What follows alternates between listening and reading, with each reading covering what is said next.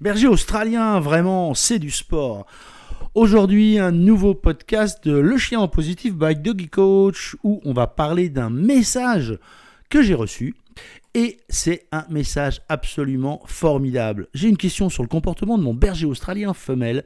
Elle a 3 ans, elle nous attaque pendant la balade et donc du coup on l'attache. Quand j'arrive à l'attraper, c'est du sport, comment faire ?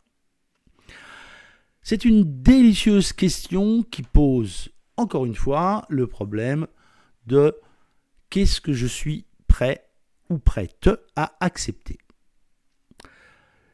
J'en profite pour vous rappeler de ne pas oublier de vous abonner à ce podcast, d'appuyer sur un bouton quelque part, là, juste en dessous, pour dire à quel point vous aimez ce podcast et pour m'inciter à continuer à en enregistrer.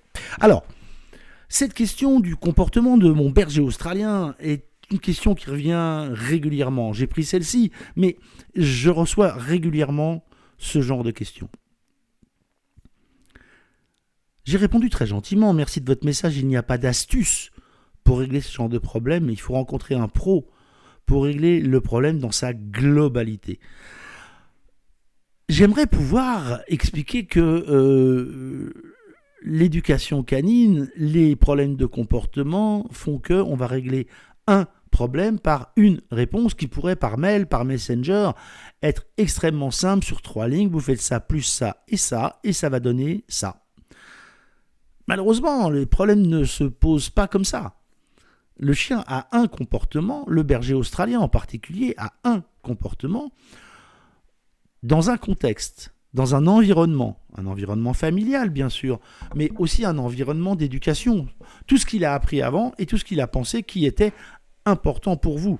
Je parle là des gestes parasites qui vont faire des renforcements involontaires et où on va se retrouver avec un chien qui pense que vous aimez qu'il fasse ceci ou qu'il fasse cela.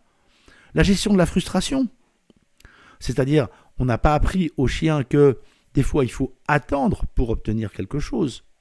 La gestion des autocontrôles, la gestion de l'environnement, que ce soit la balade, l'environnement canin, l'environnement humain, l'environnement odeur, l'environnement surface, tous ces environnements qui sont extrêmement importants pour le chien et pour lesquels il peut avoir une approche, une décision qui n'est pas adéquate de notre point de vue d'humain. Vraiment, sincèrement, moi j'aimerais bien qu'on puisse se dire ça plus ça égale ça. Mais malheureusement, c'est ce chien qu'il faut rééduquer dans cet environnement qu'il faut modifier. Et il n'est pas possible de sortir les expériences que le chien a eues depuis qu'il est arrivé dans ce foyer et isoler uniquement un comportement qui nous paraît indésirable et penser que celui-ci est complètement déconnecté, est complètement déconnecté, oui, de l'ensemble de l'environnement. Il y a forcément dans le comportement du chien d'autres choses à d'autres moments de la journée qui sont problématiques. L'œil d'un pro, l'œil d'un expert, va voir, repérer, identifier ce qui est encore acceptable pour le propriétaire et qui pourtant a permis au berger australien de se dire « Ah, ça, c'est intéressant, je peux y, entre guillemets, gagner quelque chose et donc je vais continuer en augmentant mon comportement, bien sûr, comme d'habitude, en fréquence, c'est-à-dire de plus en plus souvent, et en intensité, c'est-à-dire de plus en plus fort. » Ce n'est pas possible pour les comportementalistes en positif de déconnecter un comportement, une séquence, de l'ensemble de l'environnement.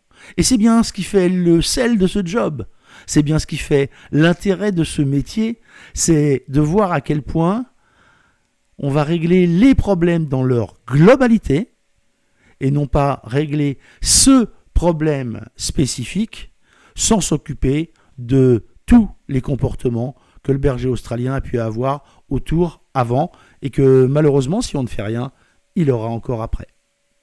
Voilà, merci de m'avoir écouté. N'oubliez pas de mettre une note sur Apple Podcast, de vous abonner juste au petit bouton qui est juste en dessous normalement. Et je vous dis à très vite pour un nouvel épisode de Le Chien en Positif. Merci d'avoir écouté ce podcast de Le Chien en Positif. À très vite pour un autre épisode.